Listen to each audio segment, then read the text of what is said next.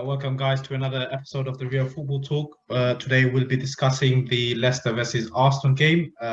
Today, I have with me Famik, Adil, and Steve. Famik, what was your take on Arsenal's poor start again? I don't know, because a couple of weeks ago, Adebayo was saying it was Arsenal's mentality, but I don't think it's that. Because if you look at all of these goals that we've conceded early, they're all very similar in the sense that it's the centre-back standing off his man. And Arsenal have a lot of centre-backs that aren't aggressive. They're more like covering defenders, which is why Gabriel should start every single game. We don't have any centre-backs that want to be on the front foot like Koscielny usually is. All our centre-backs they're all sweepers and coverers and try to make up for someone else's mistake. So that's all it was.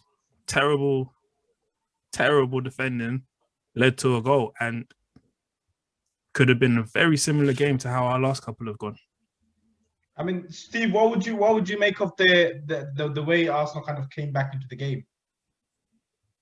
I was impressed with how they came back into the game. I think, as Famik said, it was a slow start, and for me, he said about them being coverers and stuff like that, but I thought it was more to do with the fact that they're probably being asked to play out from the back. And when you looked at the two formations or the two starting lineups, you kind of actually felt that Leicester would have been a stronger team, and historically, the stats say that after a Europa League game, Arsenal have tended to lose more than they've won. So, you kind of, if you're an Arsenal fan and you're going into that match, you're thinking that the omens wouldn't be against you. Arteta's made 6 changes to the starting lineup, and you're thinking, pick players like Saka, for example, probably their most influential player, most creative player, the player that they rely on quite a lot. You kind of thought without him starting and then Arsenal going 1-0 down that actually it didn't look good. So for them to be able to then turn it around, I thought was rather impressive. And I thought they kind of, obviously they got a bit of luck in terms of some of the injuries that started to unfold for Leicester. And it showed, I think, that as well as Leicester have been doing, they lack that creativity from the outset. With Maddison being missing from the team. So I think the way Arsenal turned it around was really impressive. I mean, what kind of did Arteta change anything for them to, or was it just a case of really slow start and then a kind of Arsenal got into the game a bit more? What was it really down to? I think I put it more down to Leicester and Rodgers.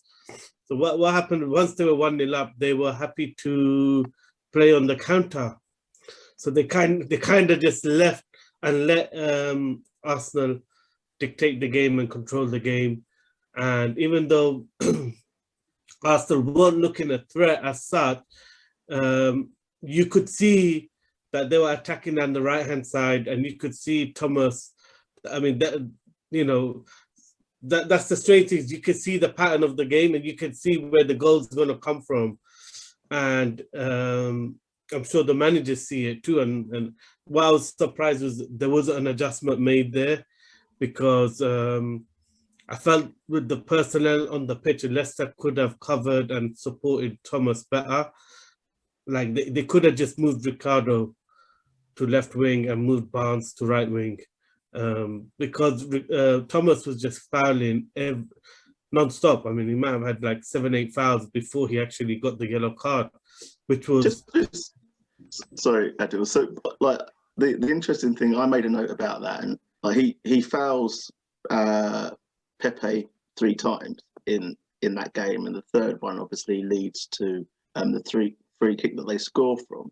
But of those 3 fouls, and I said the third one was he got booked for, but of those 3 fouls, how many of those fouls do you feel were genuine fouls in the context of a real foul, rather than Pepe seeing him coming, waiting for the contact, and then just drop into the ground? So I thought Pepe was really clever in terms of how he manipulated the situation and kind of put Thomas on the back foot and in preventing him from attacking.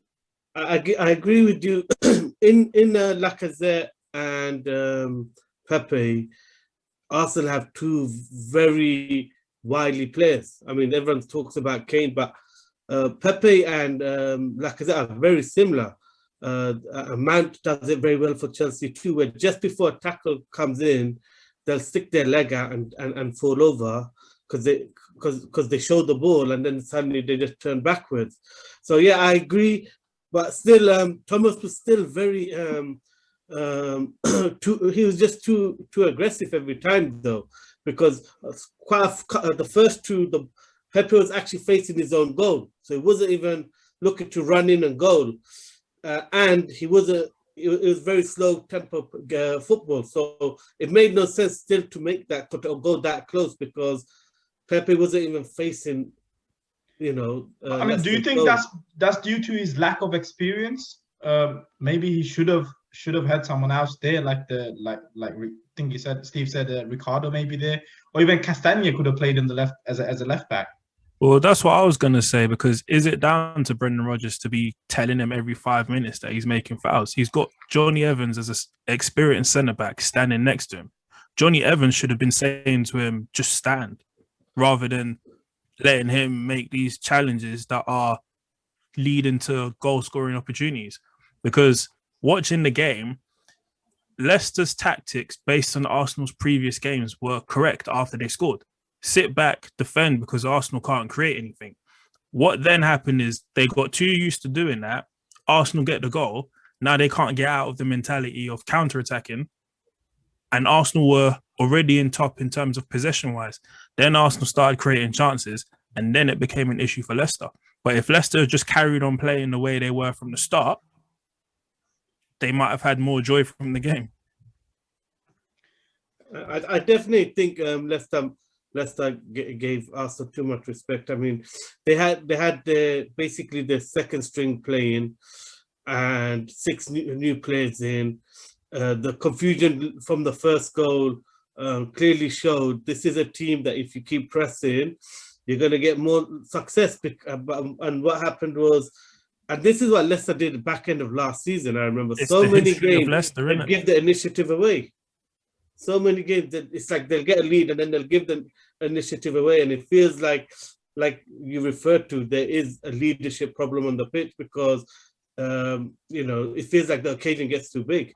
And today, while I was watching, even while it was 0-0, I always sensed Arsenal were going to win that game, because just looking at the way the Leicester players were behaving, there was no one really putting in attack. I mean, Ndidi, a player who I like a lot, I like the way he plays. He was like really slow, didn't put a tackle. It was not as physical as you'd normally expect him to be. But I told you, he's an awful footballer. That's why. I disagree with that. I don't think he's an awful footballer. I think that he needs the team to be an aggressive team and to press high. So when they press high, it gives them an opportunity to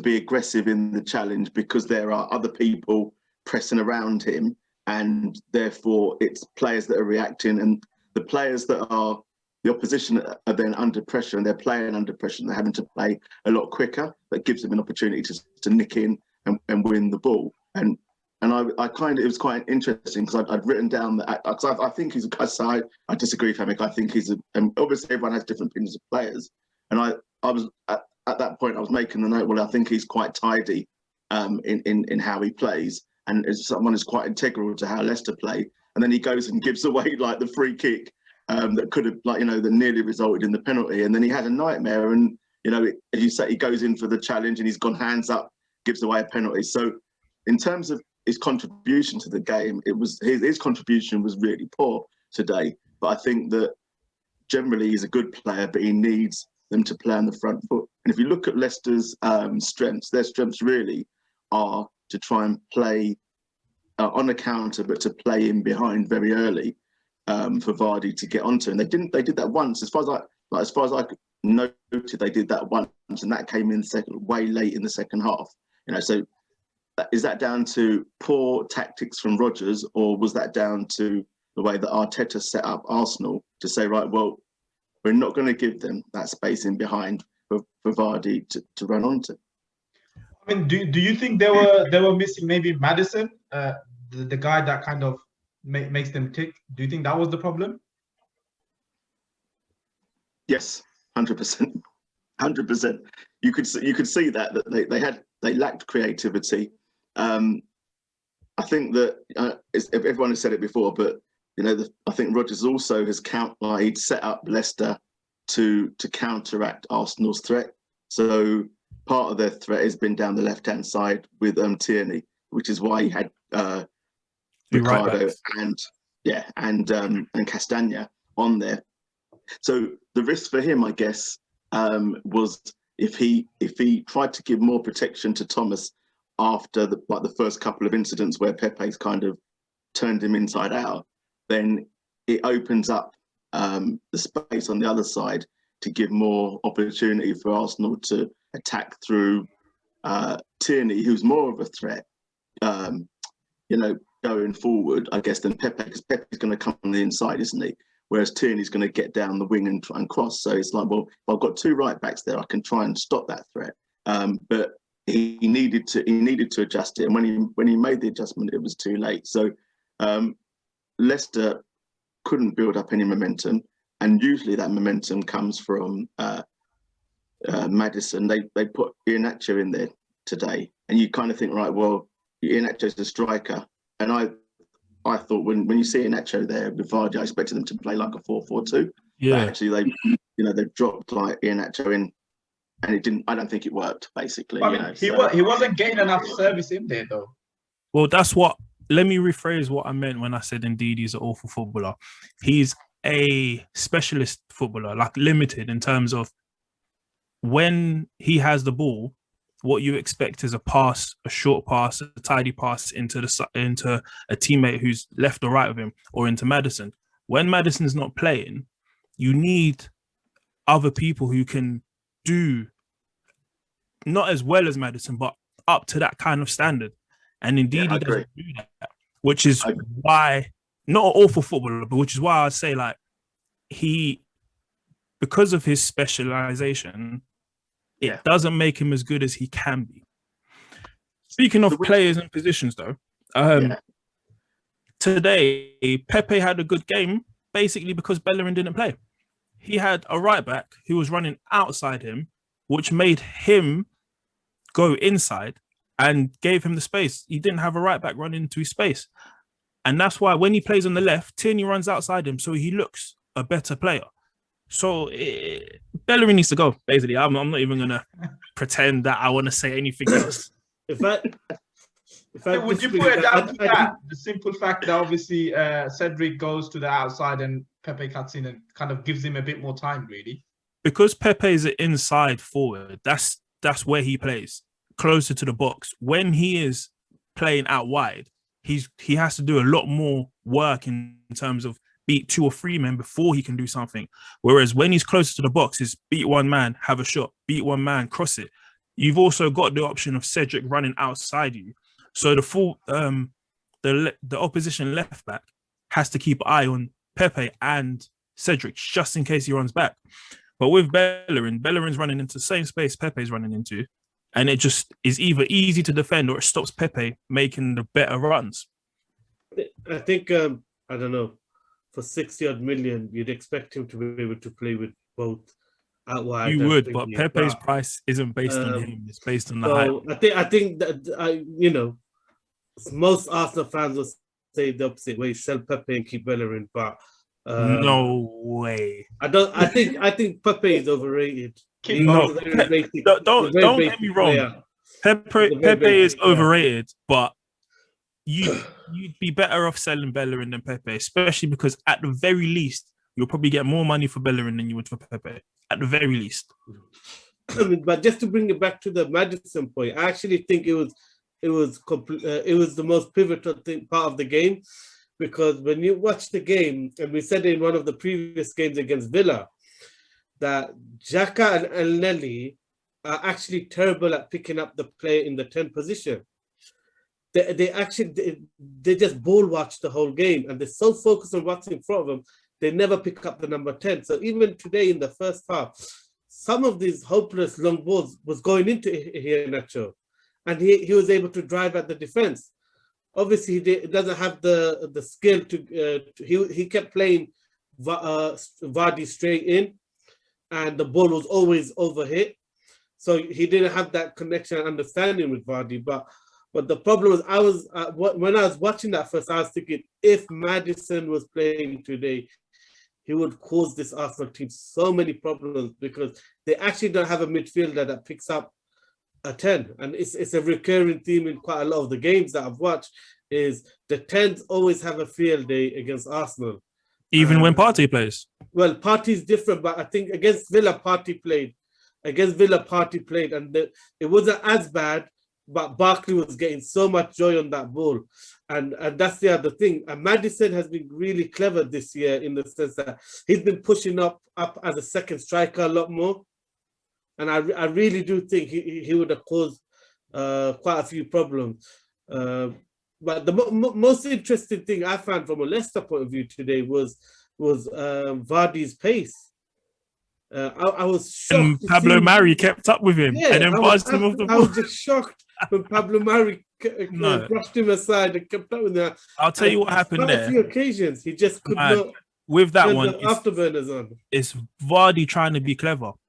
Under normal circumstances, what usually happens there is Vardy gets fouled. It's a red card. Leicester going to smash Arsenal. So rather than try and win the ball, Vardy's trying to win the foul. Exactly. And the referee saw through it. Yeah. And he didn't get it. Famic's right, because what he does, right, is Mari's obviously done well, but you'd expect Vardy to carry on really trying to run. But what he normally does is he will, in that situation, he'll step across the defender, try and get the contact, go down, clear goal scoring opportunity, red card. Arsenal are down a player, and that gives them a better chance of winning the game. Yeah. But in terms of how what the contact was like, Mari was clever with the contact, because he made sure it was only a small contact and there was no obvious movement to say, right, well, I can see the contact and therefore it's a definite foul. And that way, Vardy goes over, they don't get the decision, and and the status quo is kind of maintained. So it's very clever defending from Mari, which he needed to do based on the fact that he did poor defending in the first half for the goal from Tielemans. So it kind of swings and roundabouts, I guess. On Leicester, really, considering the amount of injuries they've picked up, obviously Barnes is out now. Also, I think Evans is out as well. What does this result mean for Leicester, really? Because they are obviously a few points clear of the teams below, but from today's performance, it seems like they're going to struggle.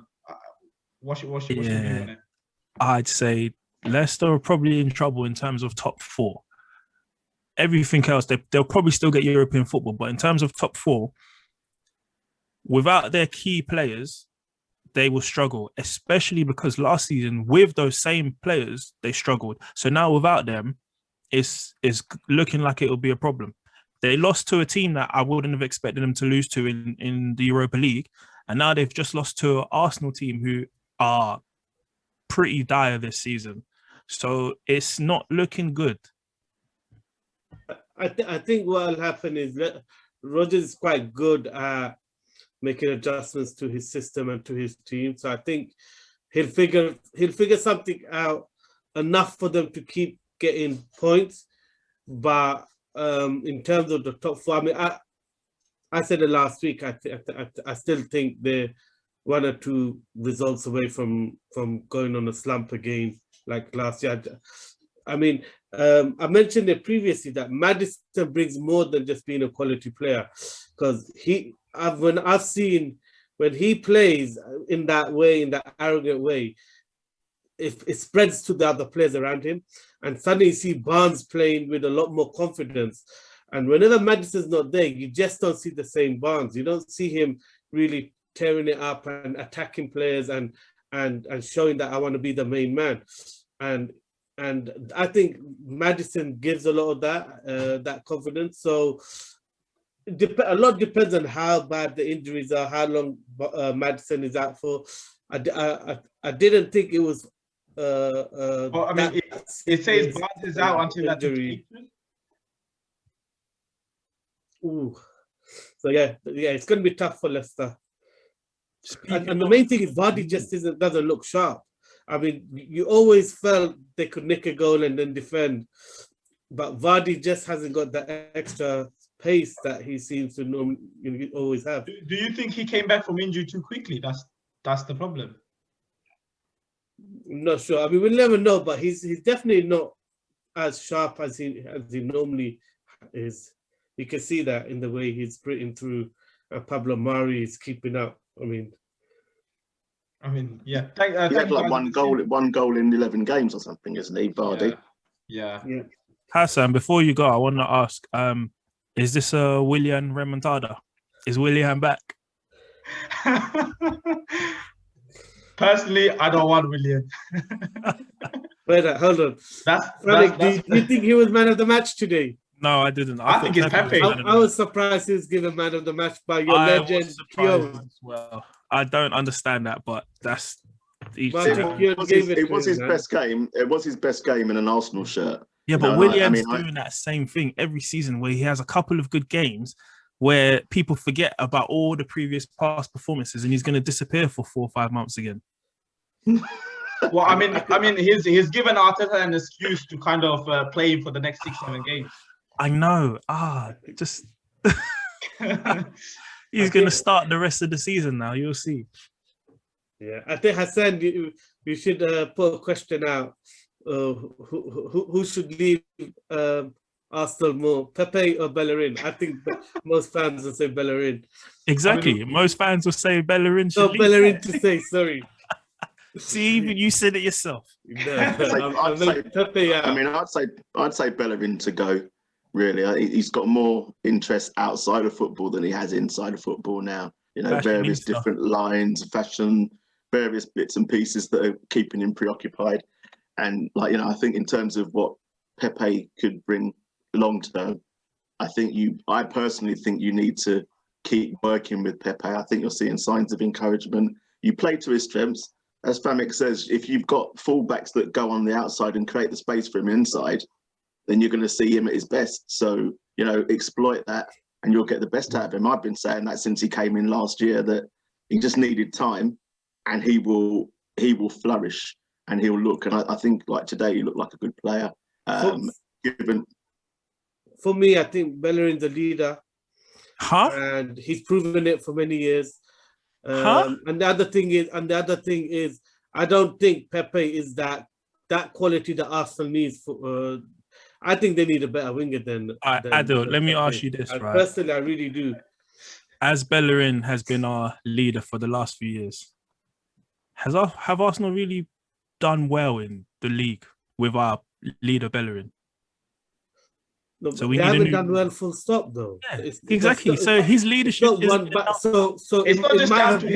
might have been worse without him. Nah, it might have been worse without him. At least he was a leader. We will never know. I say we're worse because he's trying to make everyone vegan, so our players have lost their strength and pace, just like Bellerin has. And so now it's time for him to go. He can go to PSG, eat the escargot and all that. Fashion line, Paris, Milan. He can't eat escargot as a vegan, can he? I don't know. What's going on? I just wanted to say it.